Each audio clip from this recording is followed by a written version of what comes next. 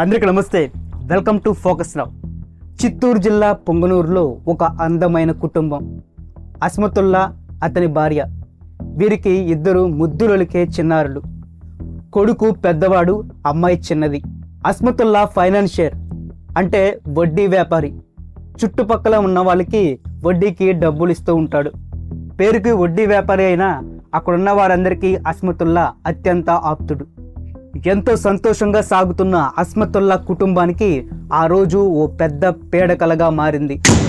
వారి జీవితంలో చేదుని మిగిల్చింది. అది సెప్టెంబర్ 29 ఆదివారం 2024. అస్మతుల్లా వారి కుటుంబంతో కలిసి బంధువుల ఇంట్లో పెళ్లికి వెళ్ళారు.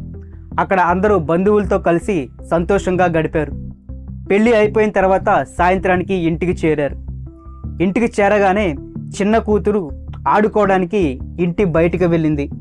తనతో ఆడుకోవడానికి చుట్టుపక్కన ఉన్న పిల్లలందరూ చేరారు. ఎంతో సంతోషంగా కేరింతలు కొడుతూ ఆడుకోవటం ప్రారంభించారు.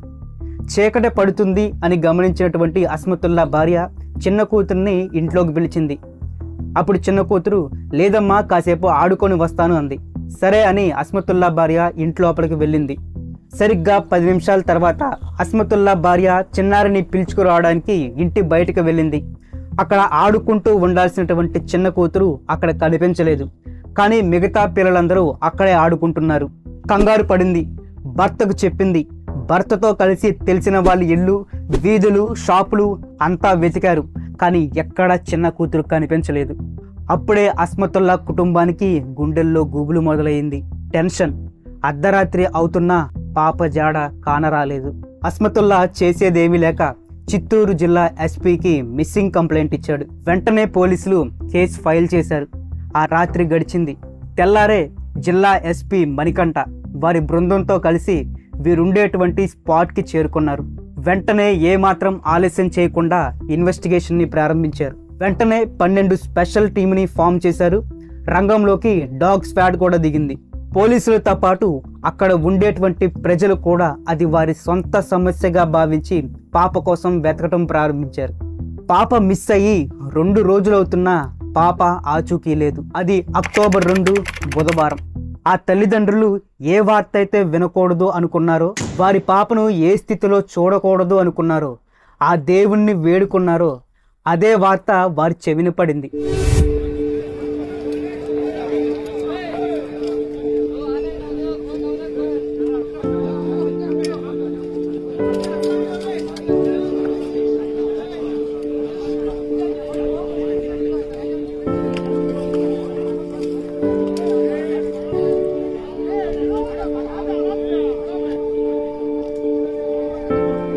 ఈ వార్త విన్నటువంటి ఆ తల్లిదండ్రులకే కాదు, అక్కడ ఉన్నటువంటి స్థానికులందరినీ గుండె బరివెక్కిపోయేలా చేసింది.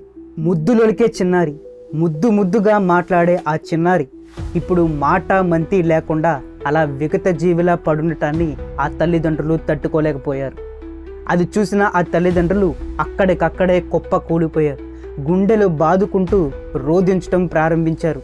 ఈ దృశ్యాన్ని చూసినటువంటి వారందరికీ కంటనీరు ఆగలేదు. ఇంతటి దారుణానికి ఒడిగట్టింది ఎవరు? అమాయకమైన 7 ఏళ్ల పిల్లపై ఇంత కక్ష ఎందుకు పెట్టుకున్నారు? సెప్టెంబర్ 29 ఆదివారం సాయంత్రం ఇంటి బయట ఆడుకుంటున్న ఆ చిన్నారి వద్దకు బుర్కా వేసుకున్నటువంటి ఓ ఆమె వచ్చి చాక్లెట్ ఇచ్చినట్టు, నాతో పాటు వస్తే మా ఇంట్లో ఇంకా బోలెడని చాక్లెట్లు ఉన్నాయని తన వెంట తీసుకెళ్ళినట్టుగా ఆ పాపతో అప్పటి వరకు ఆడుకుంటున్న ఓ చిన్న పిల్లోడు పోలీసులతో చెప్పాడు. ఈ విషయమే పోలీసులు ఈ కేసు ఛేదించడానికి కీలక పాత్ర వహించింది. ఈ బుర్కాలో దాగి ఉన్న క్రూర మృగంపై కూపీలాగటం ప్రారంభించారు పోలీసులు. ముందుగా దగ్గర వాళ్ళని, బంధువుల్ని, అస్మతుల్లా అప్పు ఎవరెవరికి ఇచ్చారు అన్న దగ్గర నుంచి మొదలైనటువంటి ఇన్వెస్టిగేషన్ ఒక వ్యక్తి దగ్గర ఆగింది. ఆ వ్యక్తి ఎవరో కాదు, అస్మతుల్లాకి దగ్గర బంధువు. అంతేకాకుండా వీరు నివసిస్తున్న ఇంటికి 4 ఇళ్ళ అవతలే ఈ వ్యక్తి నివసిస్తుంది. ఎంక్వైరీలో పొంతనలేని సమాధానం. టెన్షన్ పడుతున్న ఆమె పైన పోలీసులకి అనుమానం ప్రారంభమైంది. కొంచెం సేపటికే ఆ అనుమానం నిజమైంది. ఆ పాపని పొట్టని పెట్టుకున్న బుర్కా వెనుక ఆ మృగం ఆమె. వెంటనే పోలీసులు ఆమెని అదుపులోకి తీసుకున్నారు. ఇంతటి దుర్మార్గపు చర్యకి పాల్పడడానికి కారణాలు ఏంటో కూడా తెలుసుకున్నారు. అస్మతుల్లాకి మిత్రులు ఉన్నట్టుగానే వడ్డీ వ్యాపారంలో శత్రువులు కూడా ఉన్నారు. అస్మతుల్లాపై ఉన్నటువంటి కోపాన్ని తన కూతురిపై చూపించాలనుకున్నారు. సెప్టెంబర్ 29 ఆదివారం సరిగ్గా 7-7:30 మధ్యలో అస్మతుల్లా ఇంటి బయట ఆడుకుంటున్న చిన్నారిని 17 ఏళ్ల బాలుడి సాయంతో చాక్లెట్లు ఆశ చూపించి కిడ్నాప్ చేసింది.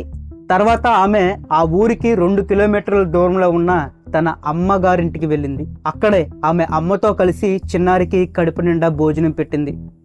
మొక్కజొన్న పొత్తులో కూడా తినిపించింది. ఈ బుర్కా మహిళ లోపల ఇంత క్రూరత్వం దాగి ఉందని తెలియని ఆ చిన్నారి అమాయకంగా చిరునవ్వులు ఒలుకుతూ అక్కడే కూర్చుంది.